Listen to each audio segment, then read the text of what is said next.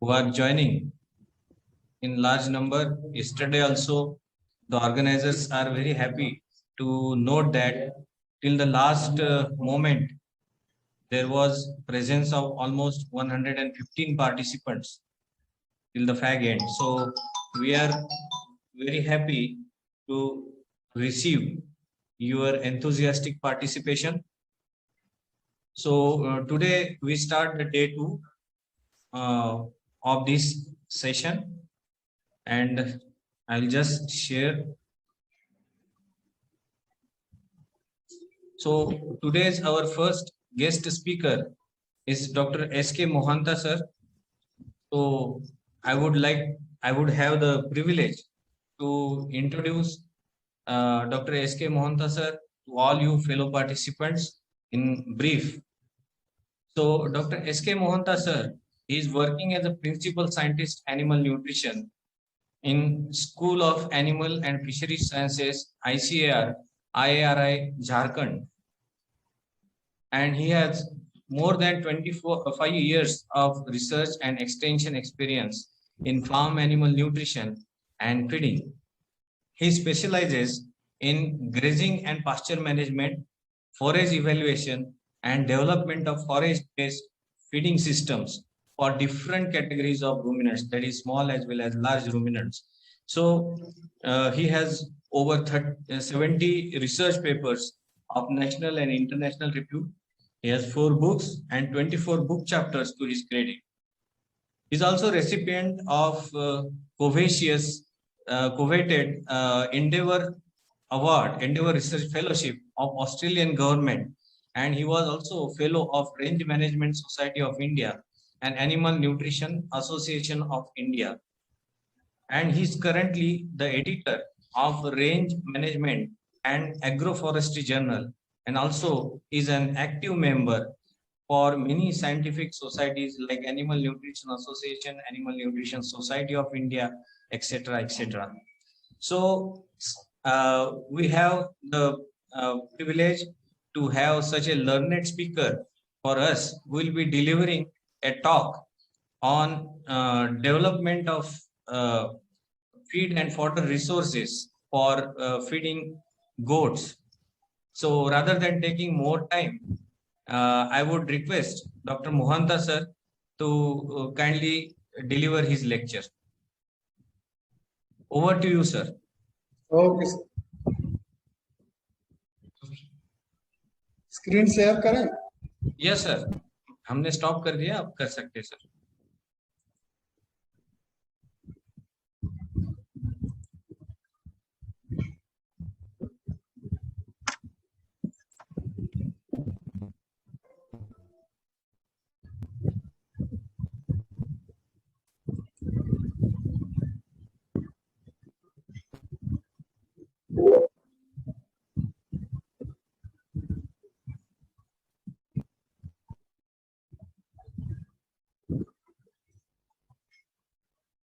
Good evening to you all.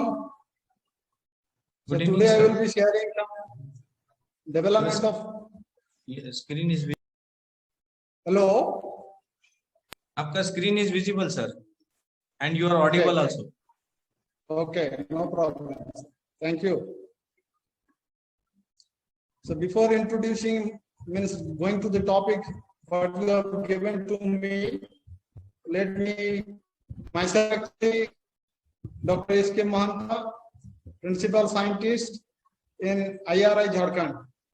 Earlier I was in IGFRI Jhansi, but recently I have got transferred from there to this IRI Center Institute. Now I will be sharing my experiences on fodder development and feeding of our goats, also in relation to small ruminants, including, say, you can think of sheep.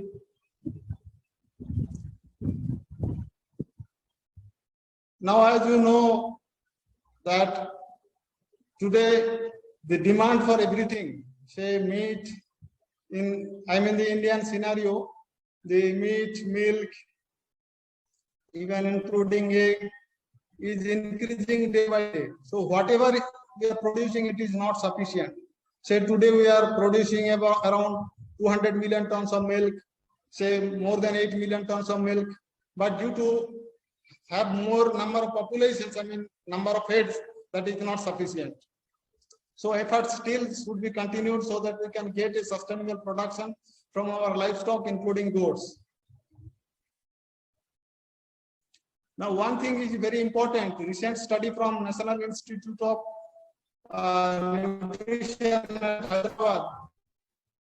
Earlier, India used to be called a vegetarian country, but now things have changed.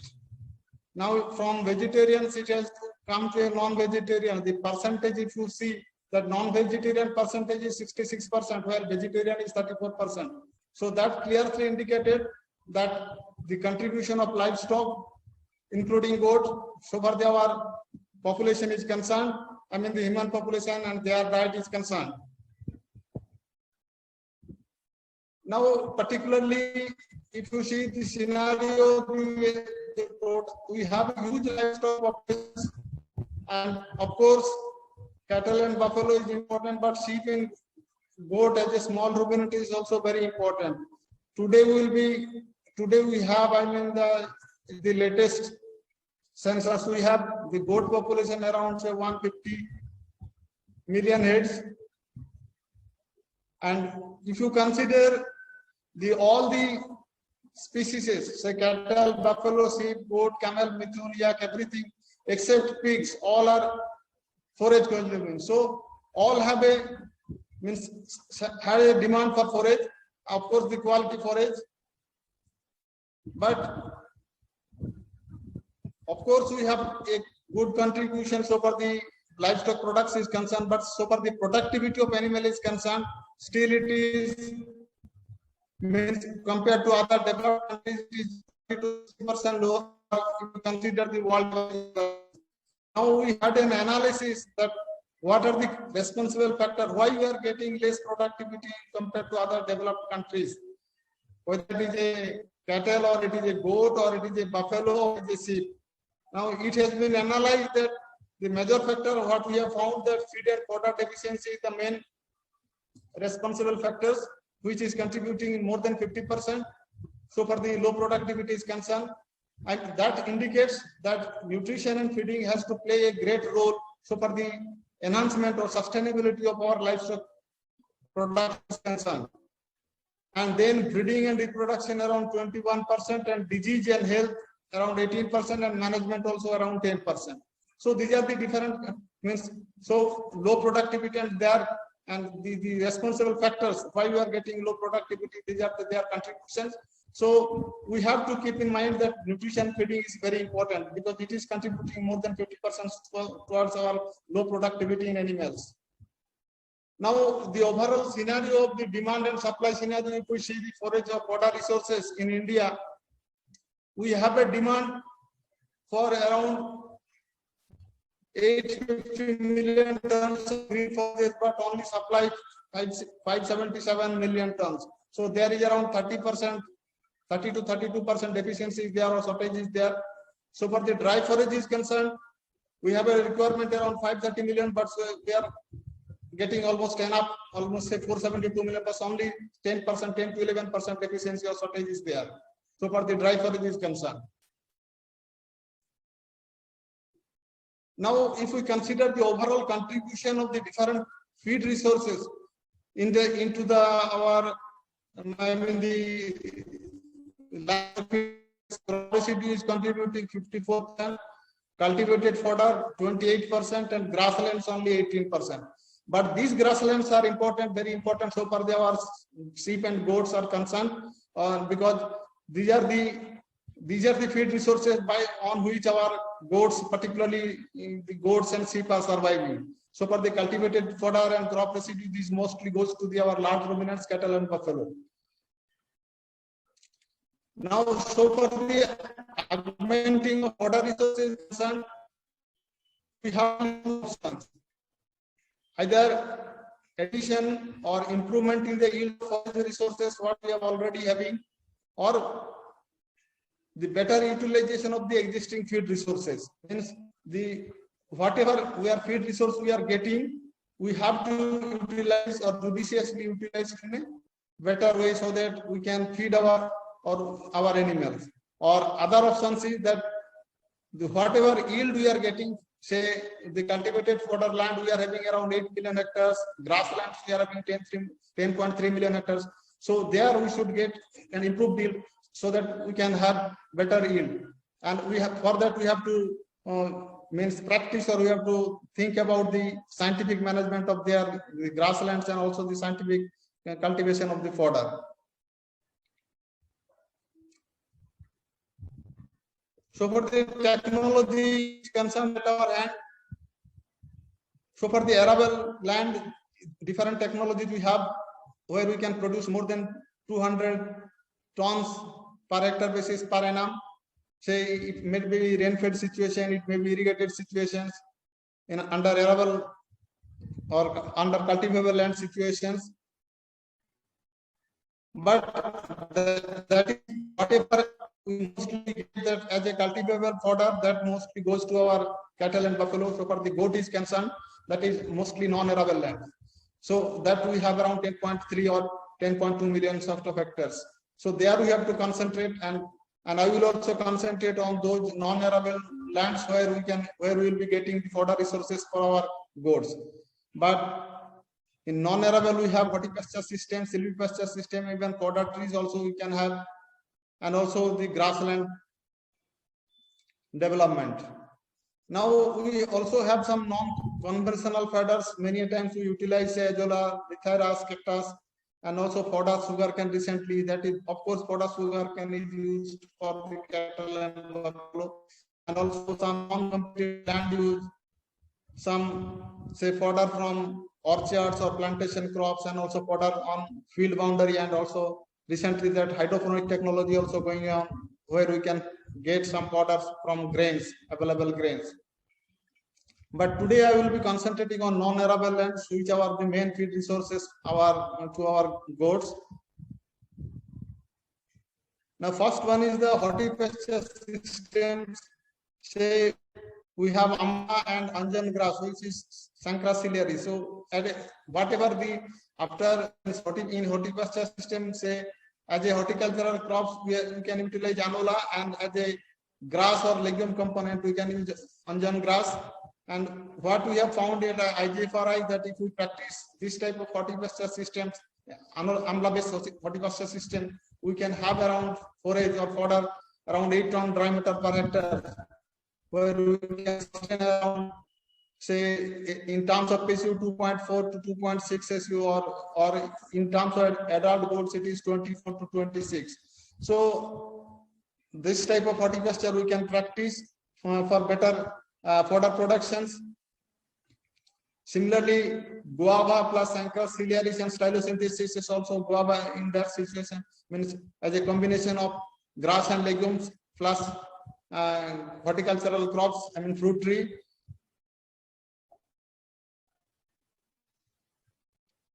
What we have observed, guava plus anjan grass, we have also around 8 ton dry matter we have observed and per hectare basis, and we can sustain around 26 goats per hectare under this situation, provided manage our fruits and the grasses in a scientific way.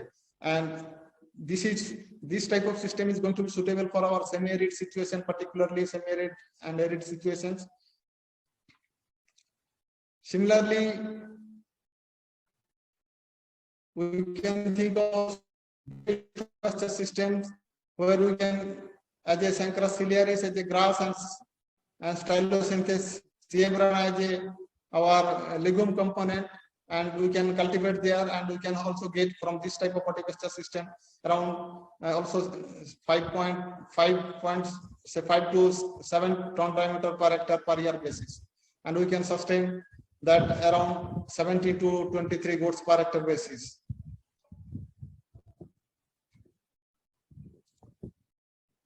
Now, besides horticultural system, we can think of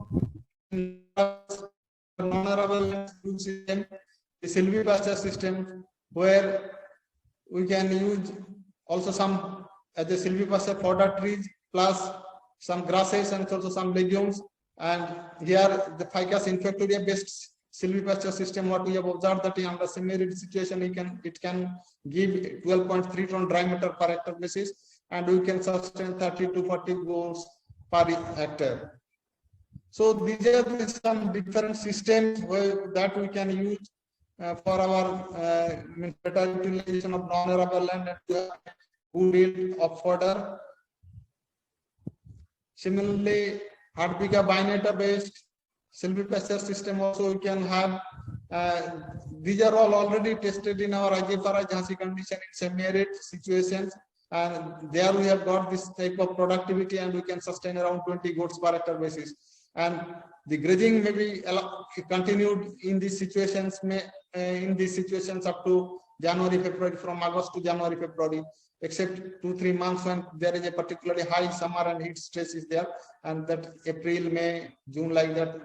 Rest from August to January we can sustain our goats production in this type of silvipasture systems. Similarly, in silvipasture system we can have also say 2-tier system, what we are talking about, that hybrid binata, and then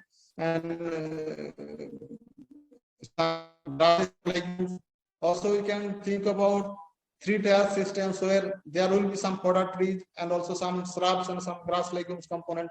And we have evaluated 2-3 system at our IGFRI condition. What we have observed that if we manage in a better way, then we can sustain a yield of fodder around 10 ton per hectare, and we can, in this way, we can sustain about a good number of goats under per hectare basis per year, and we can supply tree leaves as well as some shrubs, some also a combination of grass and legumes to our goats for better productivity. Now, many times in village community or some other places, some degraded grasslands we usually found only their productivity around, say, on fresh basis or say dry matter basis only 0.5 to 1 ton per hectare, and the carrying capacity only even less than 1 or just 0.5 or 0.6 like that. So if we have that type of technology where we can modify or we can totally convert from degraded grassland to improved grassland by scientifically managing or cultivating some range grasses and legumes like anjan, dhamon, some grasses, cereal grasses or some legumes, and productivity can improve 5 ton per hectare to up to 17 ton per hectare. Even in a better way, if this is managed, it can go up to 30 ton per hectare. So there, the carrying capacity of the goats or even or other livestock we can increase from just 0.5 to up to 2 to 2.5, like 4-5 times we can increase if we manage, or we can from degraded to a improved grasslands. Many times the important fodder trees are also available in different parts of the country, and that should be also utilized or judiciously utilized when they are available, and because they also produce a fresh good amount like Acacia, Albizia, Lucina leucocephala, Azalea steindica, Dalbergia sisu.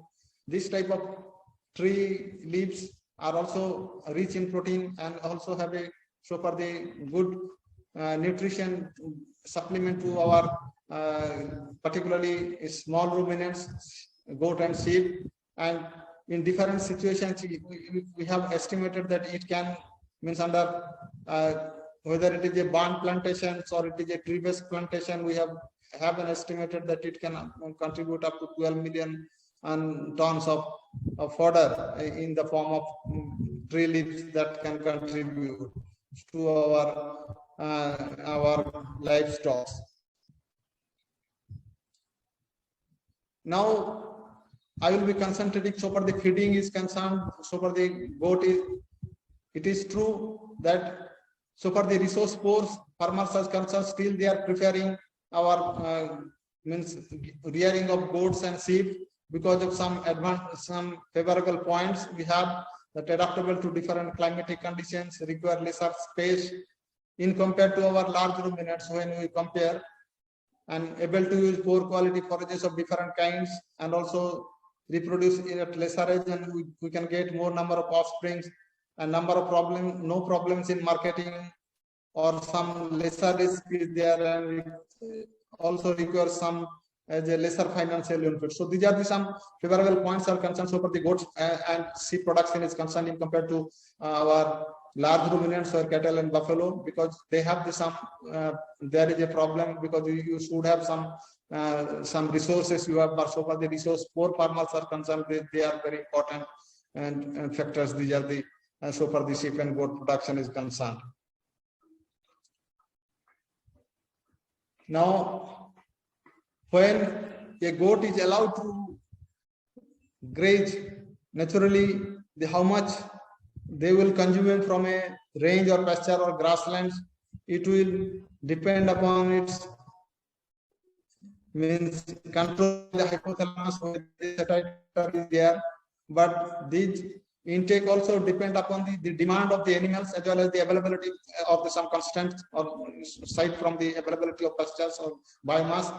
The demand is being controlled or regulated by, so far the intake is concerned, the body weight, then lactation yield, then also whether animal is pregnant or not, or also animal is growing or not. These are some factors which regulate the demand aspects.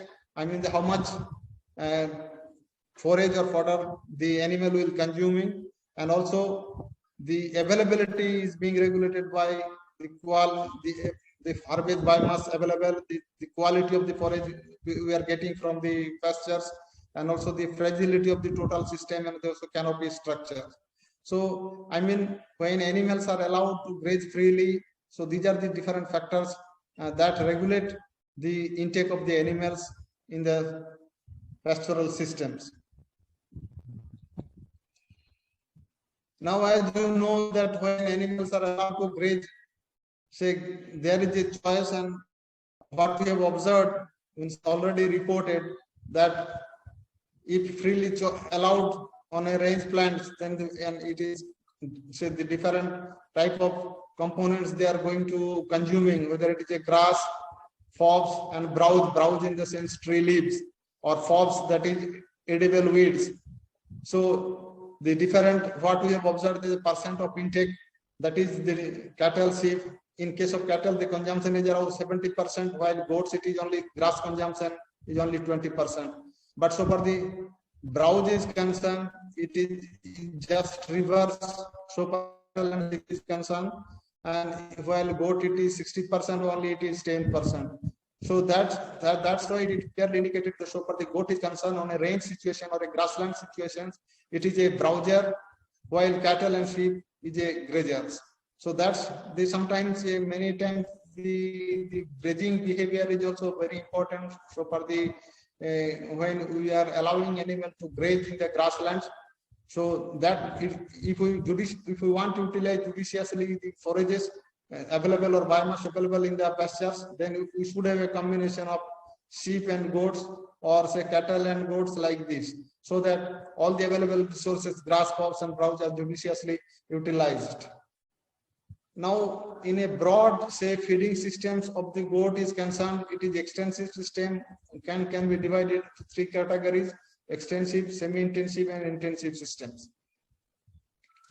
Now, so far the extensive system is concerned, naturally here the availability of grazing land is must, because that is the main base on which extensive system is going on.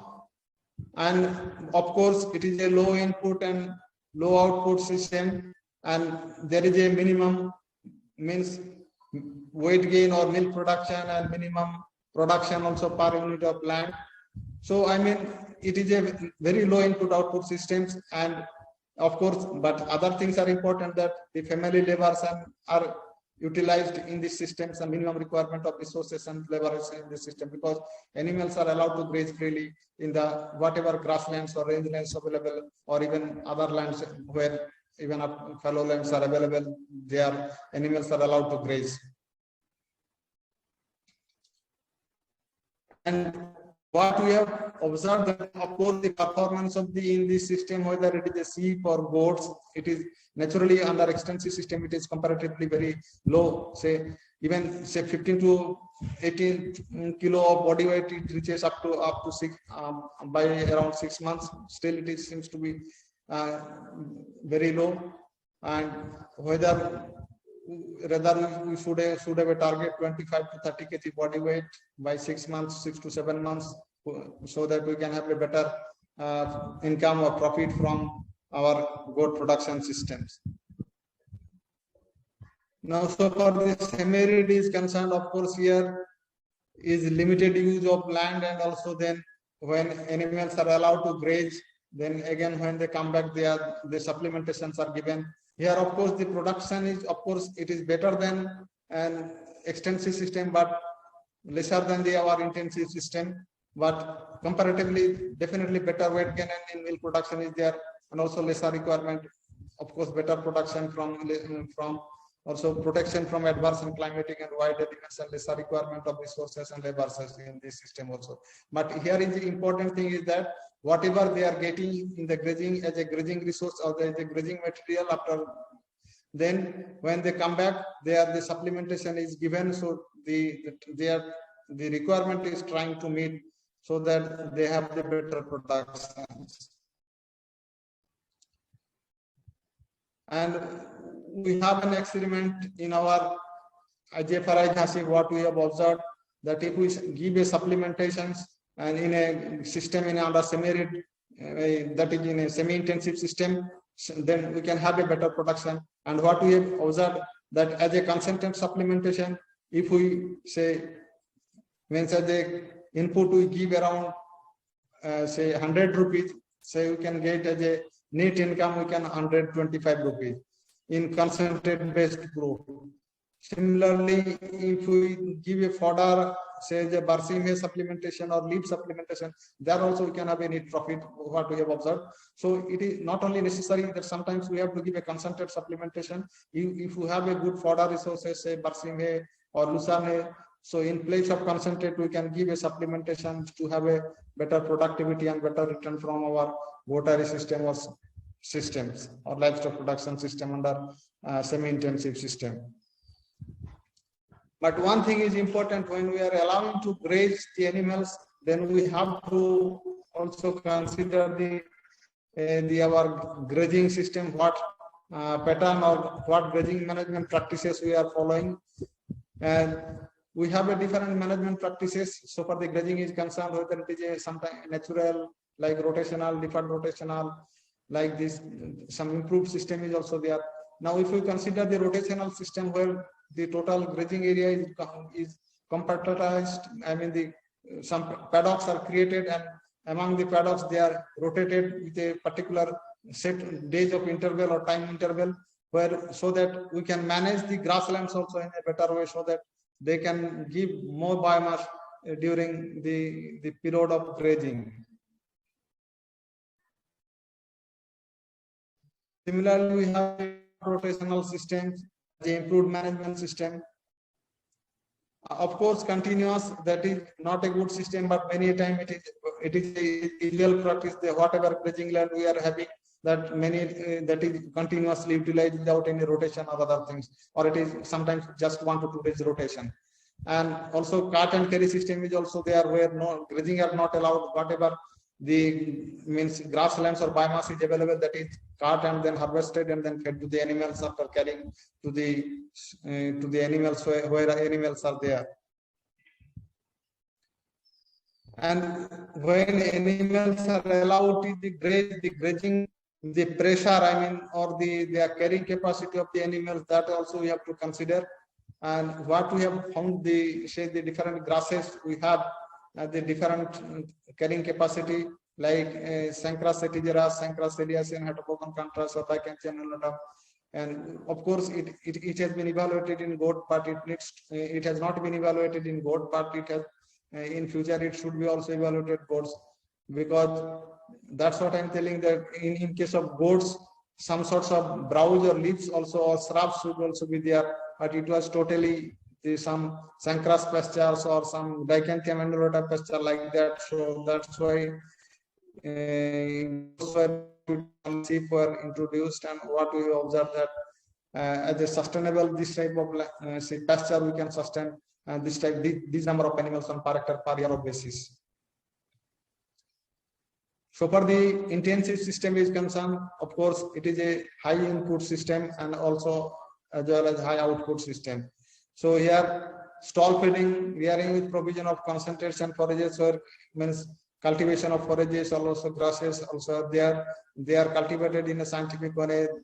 We used to get a good production. Then they are carried to the where animals are there. Under for stall fed situation.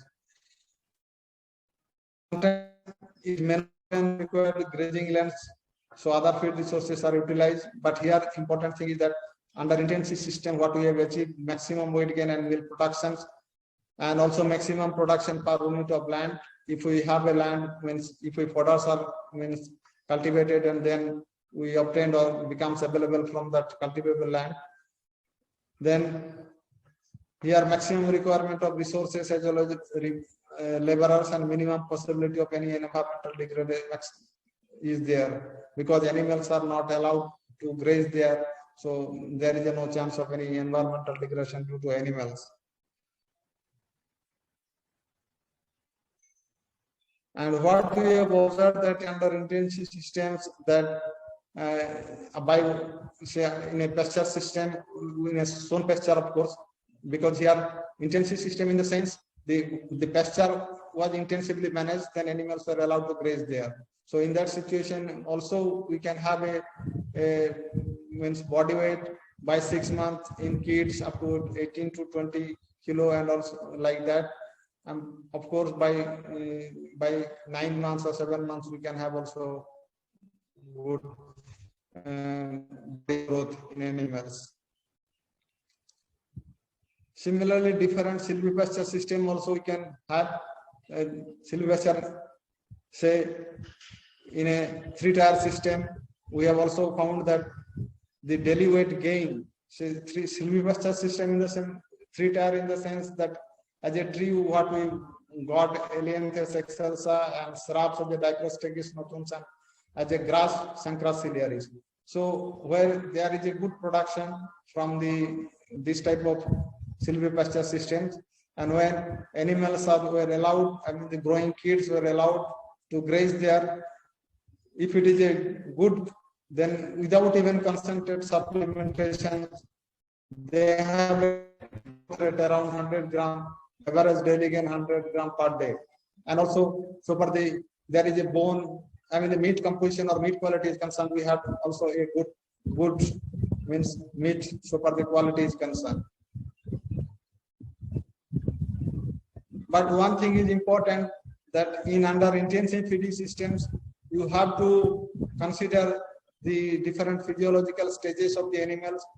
Say if it is your dry animals, if it is the goats, it is not giving any milk, or it is not a pregnant, that type of situations, you have to give only a little bit of 500 gram of around legume forages and 1 kg of cereal forages and some legume straw, 500 to 700 legume straw, and also some concentrated supplementation. In this way, we can meet the nutritional requirement of dry goats. But if it is a meat goats, then along with the supplementation of along with green fodder, say legumes and green cereals, or also legume straw, we have to increase the supplementation of concentrates. So instead of 100 gram, we have to give 30 to 400 gram per animal.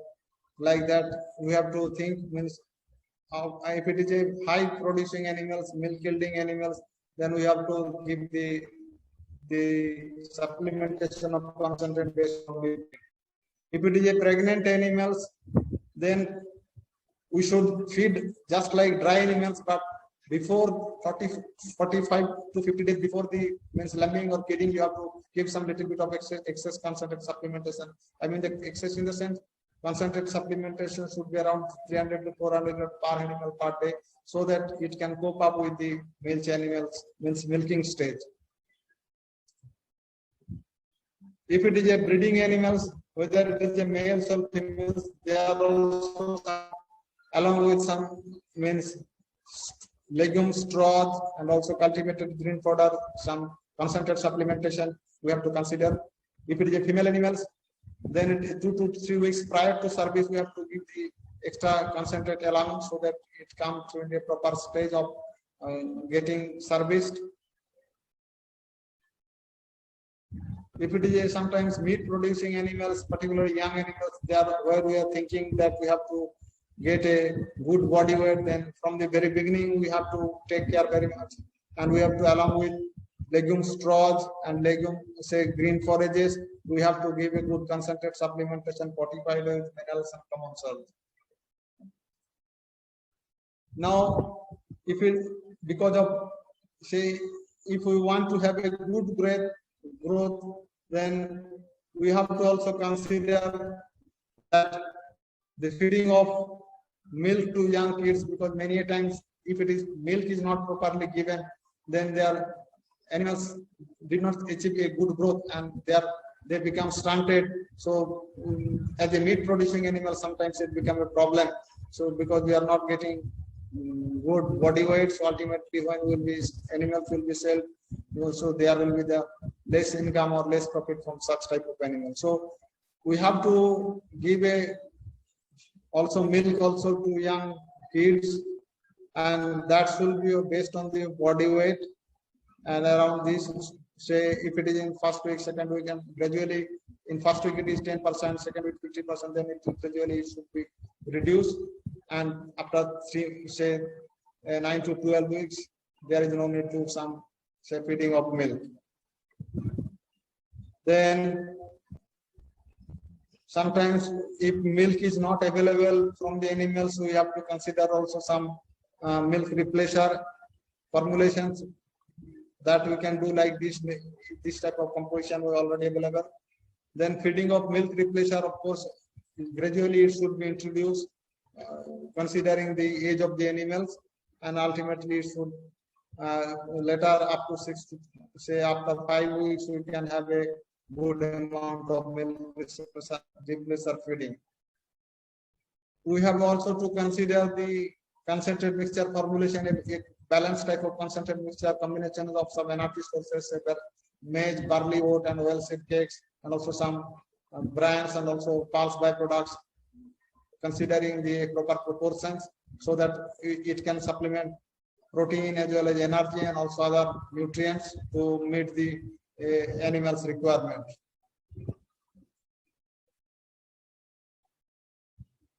Now we can also have some, if in a village situations or a farmer situations, to have a better growth, we can think of some say under village, we can have a registration of flocks, male lambs or like kids at weaning weight, and then we can have a good feeding of concentrate and some other feed resources, a better quality of forages, and up to feeding of 6 to 7 months, we can achieve up to 20 to 30 kg finishing weight, and we can sell there. That in this way we can have a good income from this type of animals by the farmers itself. But of course, some sorts of arrangement should be under panchayat system should be there. Then package for entrepreneurs in this system, there should be some establishment for the meat production complex is concerned. But then in this system, male kids of around 2 to 3 months age are procured, and they are better feed, and they are also body weight reaches up to 25 to 30 kg by 6 to 7 months, and then they are sold.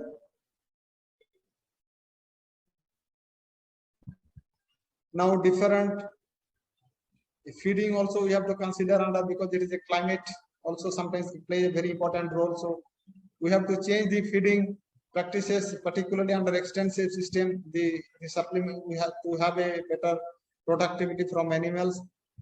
So if it is a winter seasons, under extensive system, the conventional grazing and concentrate supplementation, we should give a quality legume hay supplementation like Barsim or legumes, any other Lucerne hay like this, because under winter, normally what happens that goats and kids suffers from cold stress. So in these situations, along with say grazing and concentrate supplementation, that legume A, when they consume, have a played an important role to have a heat of, means heat of fermentations, and inside the say physiological body there is a production of heat that can help in the cope up of the winter season. Because what we have observed that in winter season, particularly say in the northern region of the country, where we have observed that the particularly January, December, and February, here the situation is temperature goes very low, and in that situation animal suffers also from cold stress.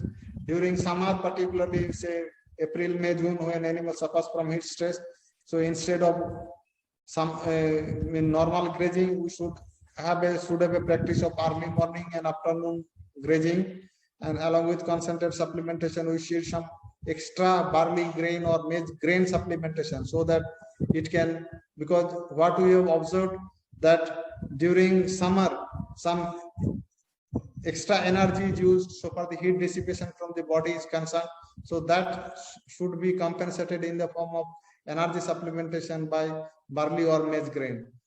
In rainy season also, this is also heat stress, but it is different from April, May, June, like where it is a dry heat stress, but it is in rainy season, it is a hot humid heat stress. So in during this season, along with barley grain supplementation, some sodium bicarbonate supplementation should be, it will be better, because it will regulate the heat of fermentation in the rumen, and it will be, there will be the better lesser heat production in the system, so it can it will feel the comfortable situation under this type of feeding management. So with this, thank you.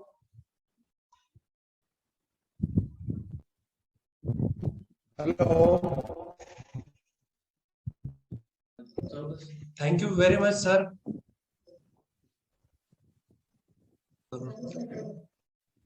Thank you very much, sir. Okay, thank you. It was really a wonderful lecture, elaborative and specific and point-wise information you have provided. That will be really fruitful and will provide guideline for the all the stakeholders related to food, Yes. either Yes, sir. researchers, Yes, sir. farmers, or even our students and academicians.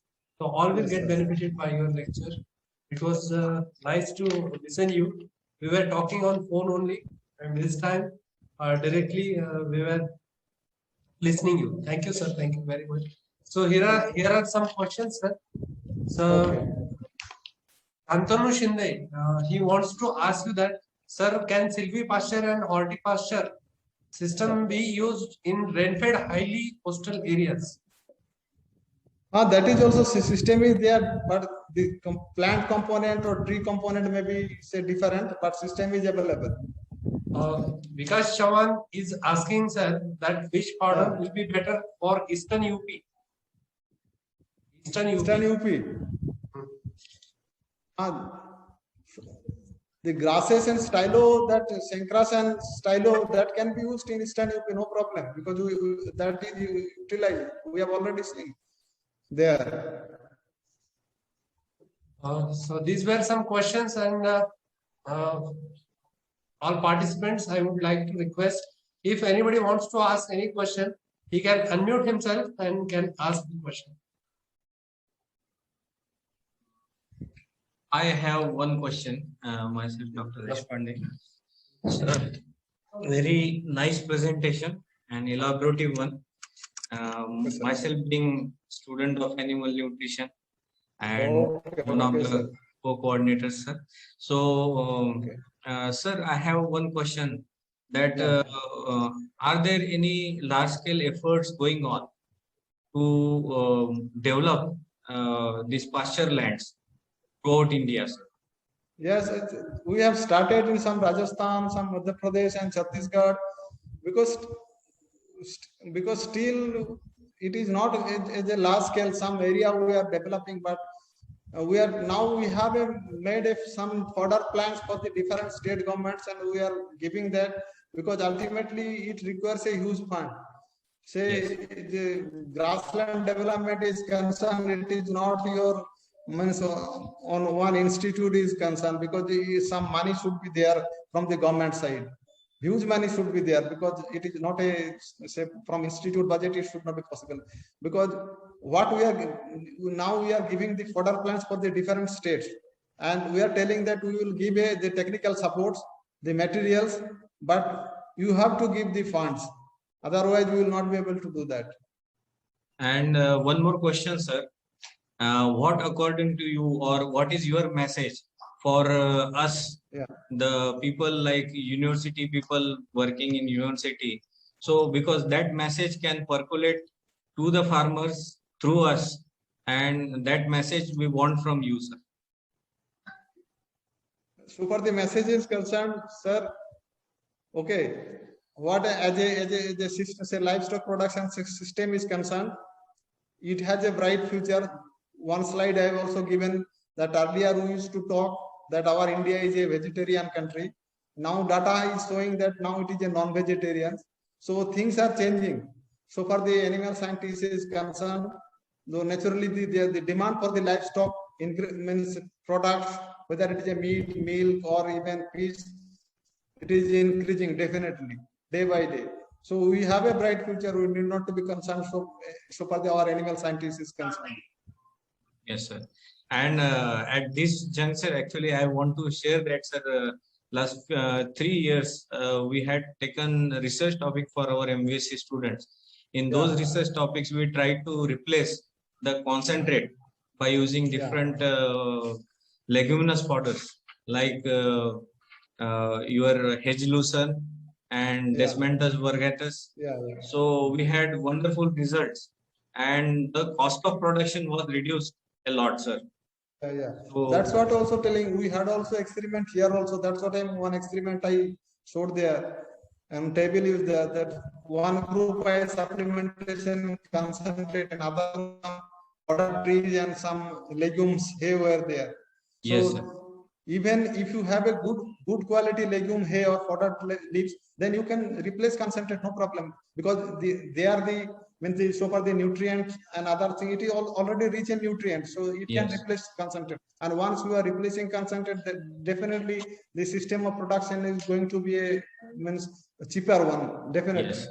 Yes, sir. Sir, we have a question from Dr. Ramchandra Ramteke, who is asking that what should be a ratio of grazing is to stall feeding for better profitability? The greater, say, what type of stall feeding is telling? What I am telling, it should be, so far the stall grazing is concerned, it should be maximum. Okay, then whatever you are thinking that, say, whatever they are getting, then it needs to be supplemented to meet its nutritional requirement. So it is not the ratio, exactly ratio. Say sometimes if it is a seasonal variation will be there. Say sometimes if it is a grazing season, you will be getting more biomass, good quality of, say, materials. In that situation, you have to give less supplementations. Okay, so you have to assess all the times, the different seasons. Say if it is a, say, May, June like this in our particularly in Indian situations, what we will be seeing that very less biomass from your grazing field. Even if it is a very nicely managed, still you are getting very less biomass. So in that situation, you have to do maximum supplementation, even in the form of, say, legume straws like that and concentrate supplementation, so that its nutritional requirement, say if you have a goat, its nutritional requirement is, say, 100 gram protein. So by any means you have to give 100 gram protein, that you have to consider. So whether you are getting from grazing lands or you have to give a supplementation in the form of concentrate or forages. Yes, sir. So it is not fixed. That if we tell that it is 60-30, 60-40 or 50-50, it is not fixed. One more last question we'll be taking, sir. That what is the maximum inclusion level for hybrid Napier in sheep and goat? Hybrid Napier, I will say normally they are not given hybrid Napier, not given much, because it is a cultivated fodder. This type of fodder is not suitable for our sheep and goat. say hybrid Napier, that type of fodder, or bajra or your maize like this. So for the goats and sheep is concerned, it is always better to have some thin stems type of grasses like this. But once you are not getting anything, then definitely you can have a little bit of supplementation, but it should not be exclusive supplementation. Other things should be mixed. I'm not telling exactly that how much should be, because in that situation you have to do your own experiment, say 30%, 60%, 90, 100% like that. You have to go and such type of experiments, and you have to see where there is any problem is coming or not. Okay, thank you, sir, for great information on, because this is a very much neglected topic, and many trainings will be there, but people they won't be emphasizing on this particular part, which is having I mean lion's share in the cost of production. So we thank you from the bottom of our heart for delivering such a nice lecture and complete information on feed fodder resources and how they can be utilized and developed for small ruminant production. So, and we assure you, sir, that we'll be giving you trouble in the next trainings also to come for ruminants for the same topic, sir. Yes, sir. So we thank from the side of organizers for very nice presentation, sir. Thank you. Okay, thank you. Yes, sir. So for next presentation, now I would request Dr. Girish Panchavati